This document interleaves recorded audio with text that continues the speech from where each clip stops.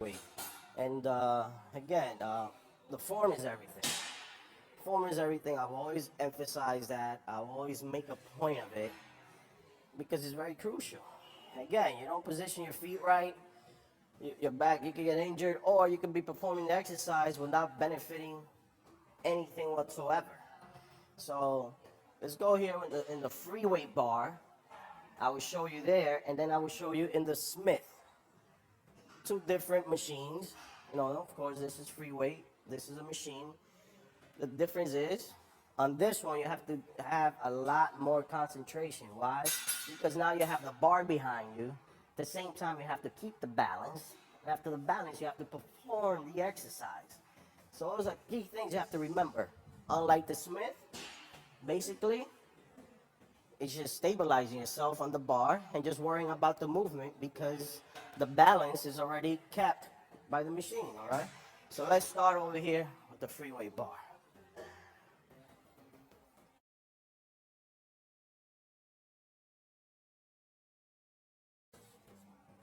Some people like this, you know, they're a little sensitive, they don't want the little, I don't need that, you know.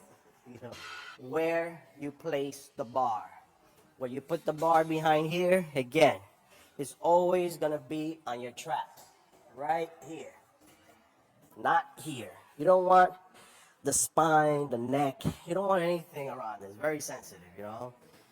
Spine, you know, you can get paralyzed and all that means other not so fun stuff. But let's focus on where to put the bar, okay? First, you're gonna notice where I put it.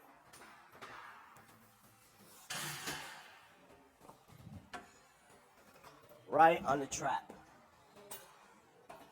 Okay? This is where it is. Alright? Now, to perform the exercise, I'm gonna show you.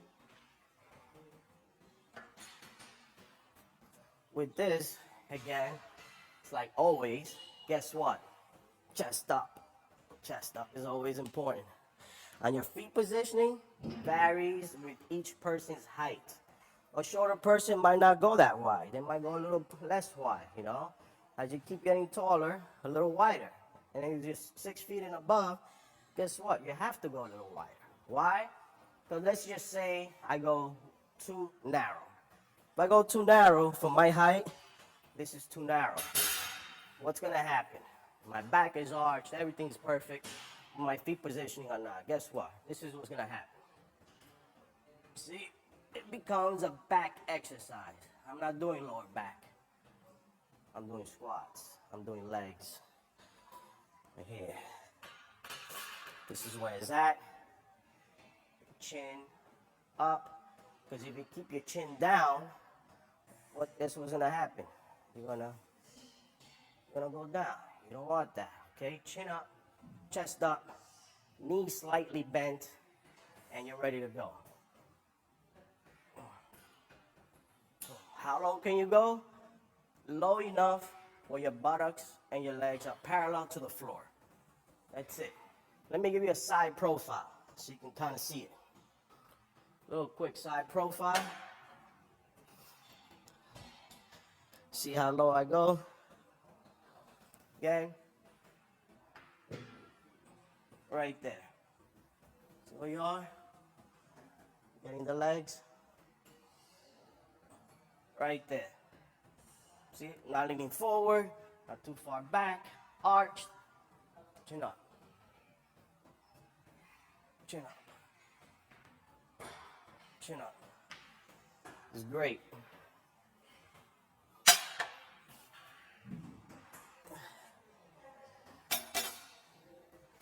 That's the squat. See, that's the squat right there. He knows what he's doing. Now, I'm going to show you on the Smith. On the Smith, again, slightly different. One of the things is you don't have to keep balance.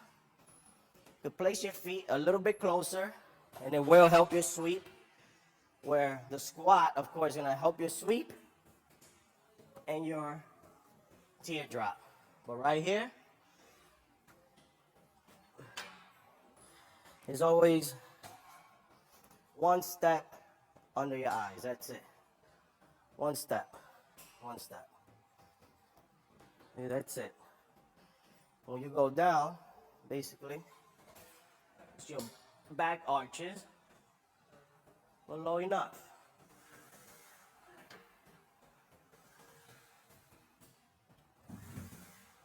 Remember that one step move, and you're always gonna have the correct form. On the squat, never ever lock your knees. You don't wanna lock your knees. Always a little bent, never to the bottom. Okay, you don't wanna go way down here. That opens up your knees, is no good. Okay?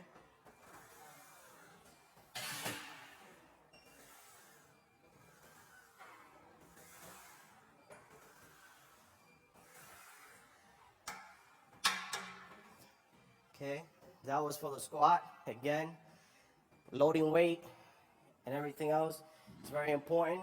Of course, that if you want to increase the muscle mass, want to get it thicker, great. It works your quads, it works your glutes. I mean, there's not much great, there's not anymore I can say that's great about this exercise. It's just one of the best when it comes to doing legs. I want to show you something quick on the leg extension. Not the leg extension itself, only because it's easy. Anybody can do it. I want to show you a secret for the quads on the leg extension. All right, here we are, the leg extension. Again, leg extension is great exercise. You know, most people know how to do it, but I'm not here to show you that. I'm here to show you what you can do to help your upper quads. What can help your upper quads? I'm gonna tell you right now, for this part right here, for the sweep, it's a pretty simple movement, yet most people still don't know how to do it.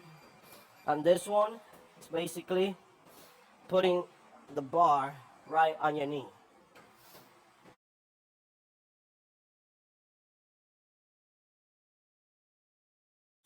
Why is this great? Because this actually helps your upper quads and your abdominal area, okay? So,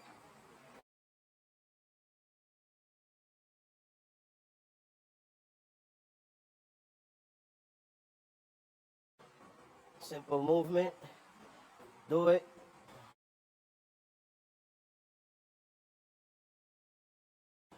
Works right here, this area. And it's for the quads.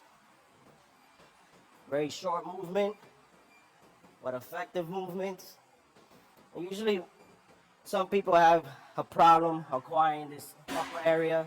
It's a very detailed area. It comes into play when many guys compete or anybody have weak hips. If you have weak hips, this is a very good exercise again. And it helps, again, it helps with the abs as well.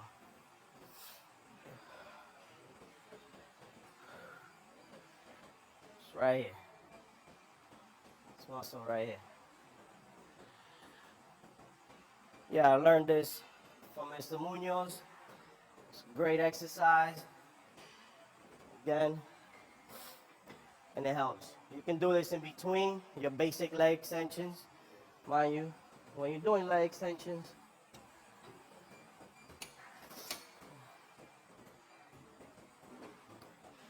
on this one, most people kind of go too far down. You always want to keep that pressure.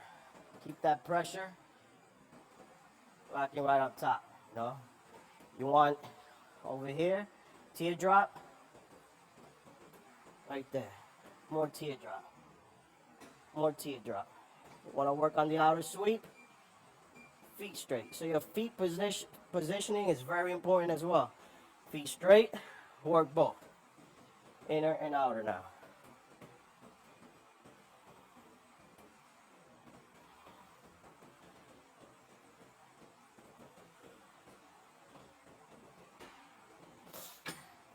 All right.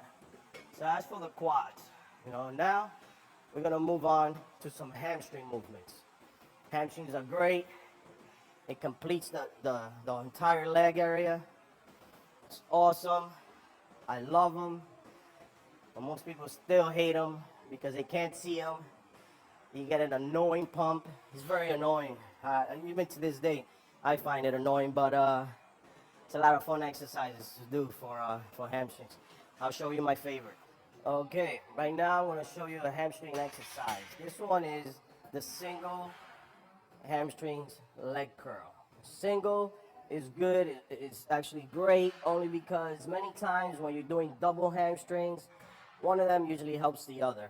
But this one actually gives you the opportunity to have that weaker one get its strength back. And with this one, I would have to say it's kind of comparison to a concentration curl. You notice that concentration, you really bring the weight down and you squeeze, and you kind of go down and you squeeze. Well, it's the same idea over here. And again, this is a great exercise, and anybody can do it. Women, you want to get that shape. I'll show you three different positions that'll hit three different areas of the hamstrings. It's not as just simple as a leg curl. I'll show you.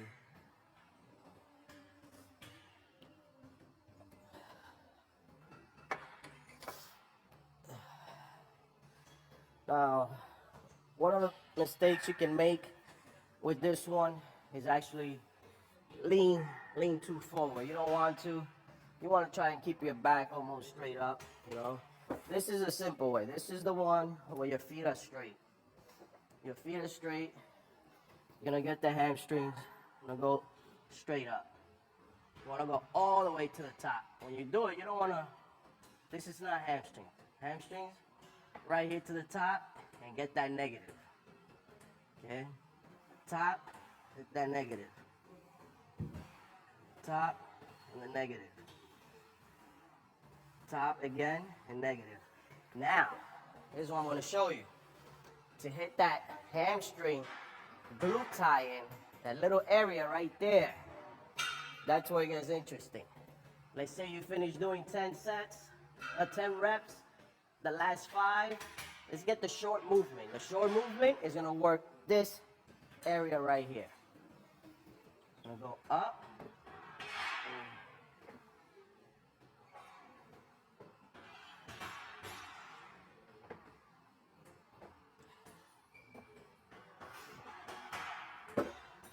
Then that was for the full hamstrings, the attachment right here. Now, some people have a problem with getting hamstrings down here, right at the bottom. Guess what? Foot positioning. You notice my feet were straight on this one. Well, to hit this inner area, come through the back. Yeah. I was doing it straight, but on this one, foot positioning. My toes are gonna be in. Notice my toes are in. By my toes being in, it will hit the inner area.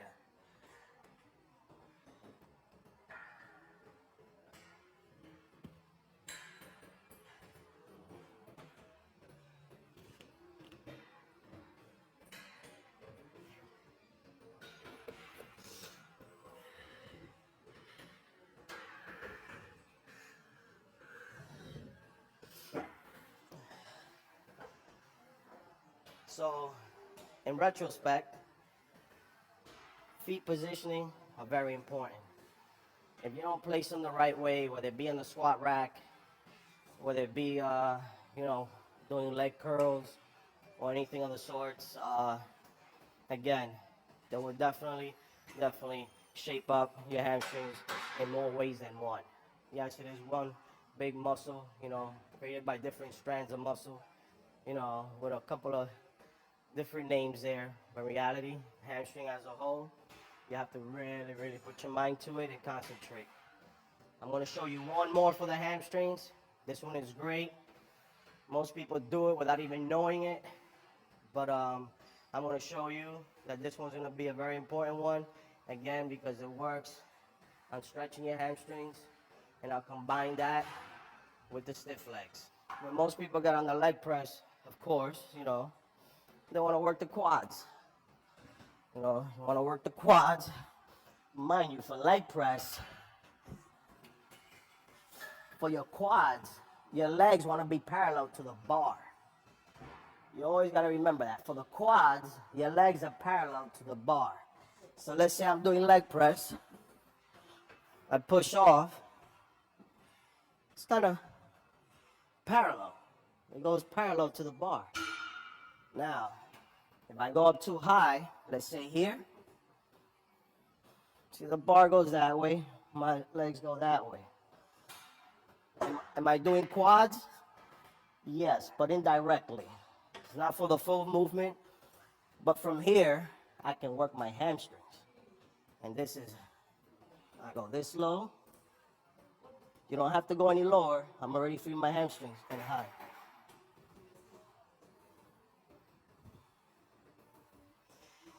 The weight is a little light. You need more resistance, but in reality, when you're this high, you're working your hamstrings. Whether you want to work them or not, this is what you're doing.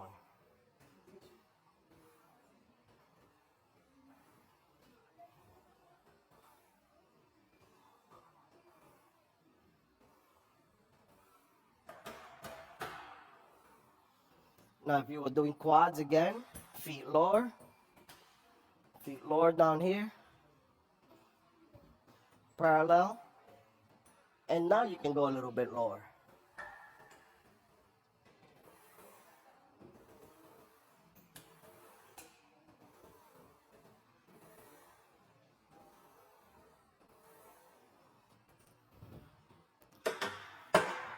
Big difference.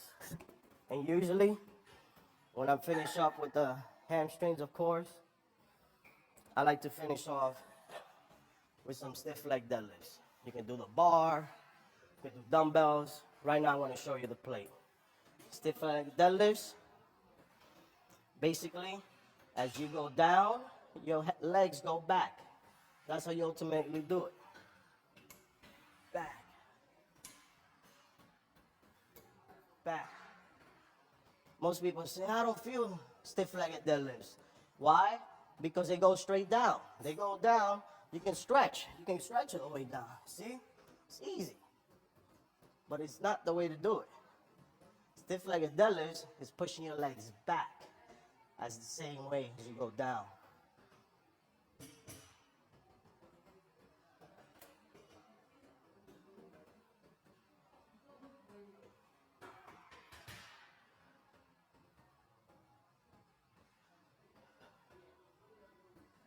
Again, great finisher. Awesome. Helps the hamstrings get that tightness. Again, gives you that football shape, American football shape. That is. But it's definitely one of the exercises, especially women, they should consider finishing with. Hope you like the tips. Over here, Victor Martinez, for Sport Life, where you learn the best and where the best train.